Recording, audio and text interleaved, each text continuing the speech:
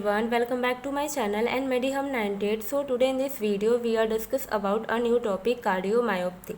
So but before that, if you are new to my channel, so please click the subscribe button and to get latest medical videos. So let's start the video.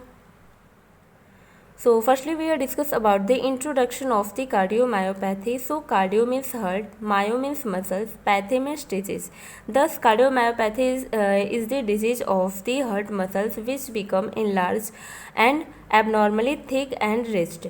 Okay so जो cardiomyopathy है ये heart की एक condition या heart की एक disease है जिसमें कि जो हार्ट मसल्स है वो इनलार्ज हो जाता है, एबनॉर्मली थिक हो जाता है एंड रिज्ड हो जाता है।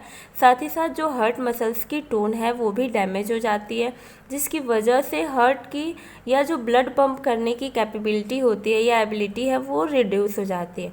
So we can say that in other simple word, cardiomyopathy is a condition in which the heart muscles is abnormally enlarged, abnormally thick and ridged. Okay. So next discuss करेंगे इसके बाद definition of the cardiomyopathy. So cardiomyopathy is the disease of the heart muscles in which heart muscles become enlarge and thick. So means जो cardiomyopathy है वो heart muscles की एक disease है जिसमें कि जो हार्ट मसल्स है वो इनलार्ज एंड थिक हो जाता है. साथ ही साथ हार्ट मसल्स जो है वो बहुत ज़्यादा वीक हो जाती है एंड इलेक्ट्रिकल कंडक्टिविटी वीक होने की वजह से जो ब्लड पंप करने की एबिलिटी होती है हार्ट की वो डिक्रीज हो जाती है. इस टर्म को ही हम कार्डियोमायोपैथी के नाम से जानते हैं. Okay. So next one discuss करेंगे इसके बाद aetiology of the cardiomyopathy.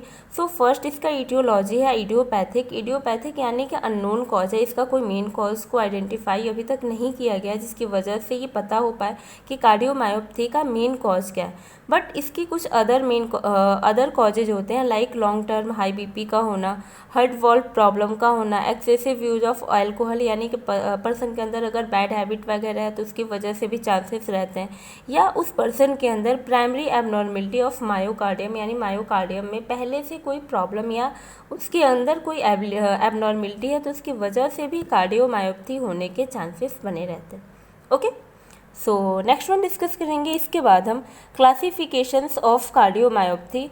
So classifications जो है इसको मेनली 4 टाइप्स में क्लासिफाइड किया गया है. मीन्स हार्ट की कंडीशन की मीन्स हार्ट के स्ट्रक्चरल एंड फंक्शनल एबिलिटी के बेस पे जो हार्ट मसल्स है उसको या कार्डियोमायोपैथी है उसको 4 टाइप में डिवाइड किया गया. फर्स्ट वन है डायलेटेड कार्डियोमायोपैथी, सेकेंड वन है हाइपरट्रॉफिक कार्डियोमायोपैथी, थर्ड वन है रिस्ट्रक्टिव कार्डियोमायोपैथी एंड फोर्थ वन है इस्केमिक कार्डियोमायोपैथी. सो एक एक करके इन सारे पॉइंट्स को हम डिस्कस करने वाले हैं. ओके. सो इसका फर्स्ट पॉइंट है डायलेटेड कार्डियोमायोपैथी यानी कि फर्स्ट टाइप है डायलेटेड कार्डियोमायोपैथी, जिसमें कि क्या है, it is a condition in which heart become weak and the chambers get large specially ventricles. Means dilated cardiomyopathy एक कंडीशन है जिसमें कि जो हार्ट की मसल्स होती है वो वीक हो जाती है और जो हार्ट की चैम्बर्स हैं मीन्स स्पेशली वेंट्रिकल्स वो बहुत ही ज़्यादा इनलार्ज हो जाते हैं, जिसको कि हम डायलेटेड कार्डियोमायोपैथी के नाम से जानते हैं. Okay. So then goes to a next point, hypertrophic cardiomyopathy. Hypertrophic cardiomyopathy क्या होता है? It is a condition in which the heart muscles become thick. This is a disease of young people mean age 26. Okay.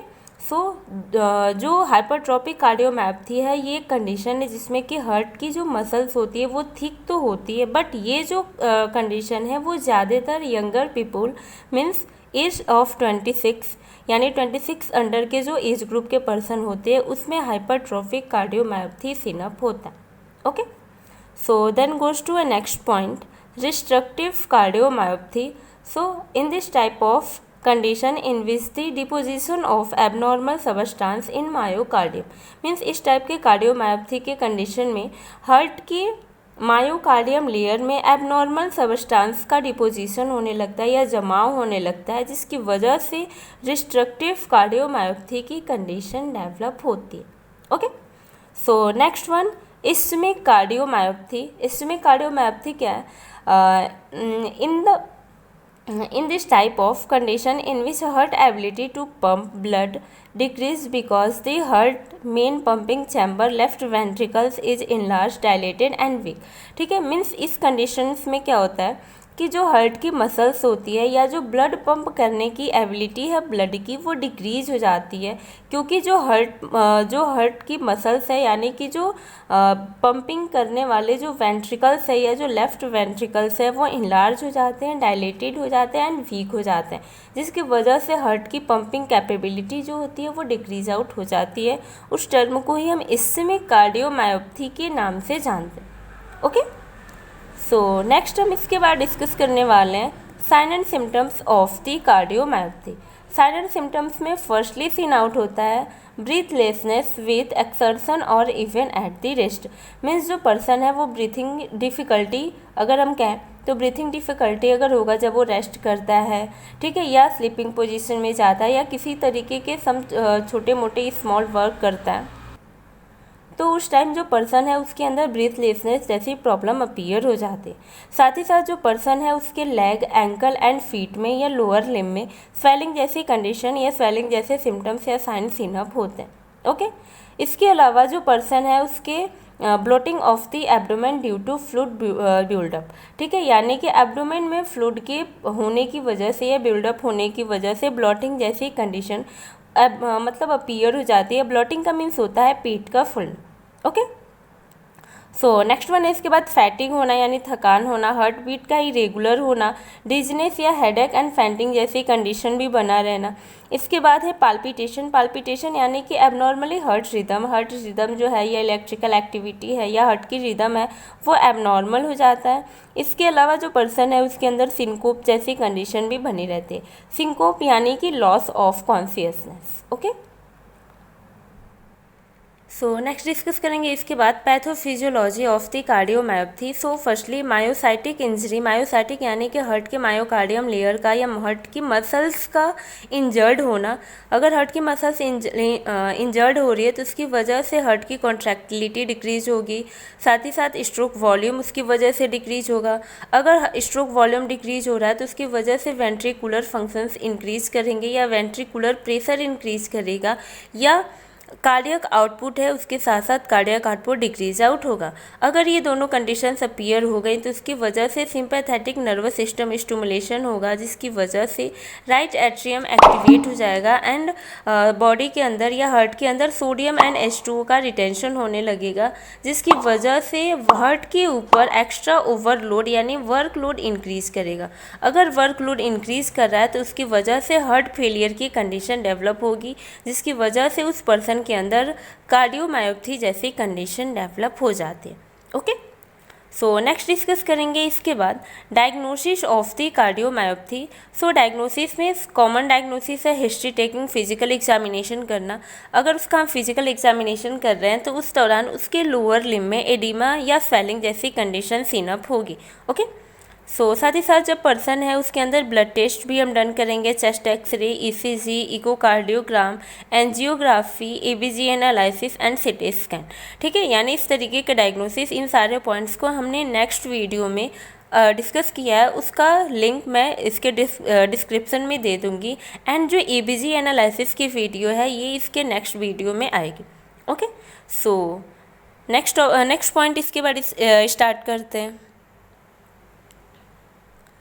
So next पढ़ेंगे इसके बाद medical management में जो person है उसे बीटा ब्लॉकर प्रोवाइड करेंगे। Means beta blocker to improve heart functions, यानी heart के फंक्शंस को इम्प्रूव करने के लिए पेशेंट को बीटा ब्लॉकर प्रोवाइड किया जाता है, जैसे कि मेटोप्रोलॉल, ठीक है, कार्विडेलॉल या एटिनेलॉल जैसे ड्रग्स या मेडिसिन प्रोवाइड किए जाते हैं।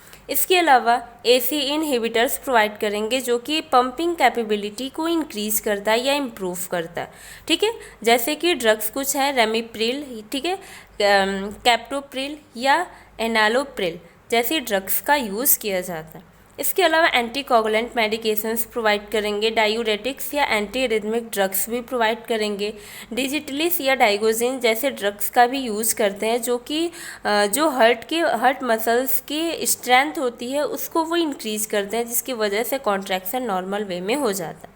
ओके, सो नेक्स्ट इसके बाद हम डिस्कस करेंगे सर्जिकल मैनेजमेंट में फर्स्ट वन सर्जरीज की है सेप्टल मायोक्टोमी। सेप्टल मैक्टमी की कंडीशन में क्या होता है कि this is an open heart operation in which the surgeon remove part of the thickened overgrowth heart muscles wall septum that separate the two bottom heart chamber means ventricles. ठीक है, septal मैक्टमी की conditions में क्या होता है कि जो person होता है उसके मीन्स उसके ओपन हार्ट सर्जरी के थ्रू जो हार्ट के एक्स्ट्रा ओवर ग्रोथ मसल्स हुई रहती हैं, ठीक है, या जो थिकेंड मसल्स है उसको रिमूव आउट कर दिया जाता है। ओके, इसके अलावा हम और भी इसके सर्जिकल मैनेजमेंट या सर्जरी प्रोवाइड कर सकते हैं, लाइक पेस मेकर इम्प्लांटेशन करना, ठीक है, या हार्ट ट्रांसप्लांटेशन प्रोवाइड किया जाता है। ठीक है, इसके अलावा जो पर्सन है उसे मेडिकल एंड सर्जिकल ट्रीटमेंट के अलावा उसके लाइफ स्टाइल में हम चेंजेस भी करते हैं, ठीक है, या कुछ नर्सिंग मैनेजमेंट के थ्रू भी हम उसके लाइफ को इम्प्रूव कर सकते हैं या उसके हेल्थ को इम्प्रूव कर सकते हैं। Okay, so that's it of this video. Thank you.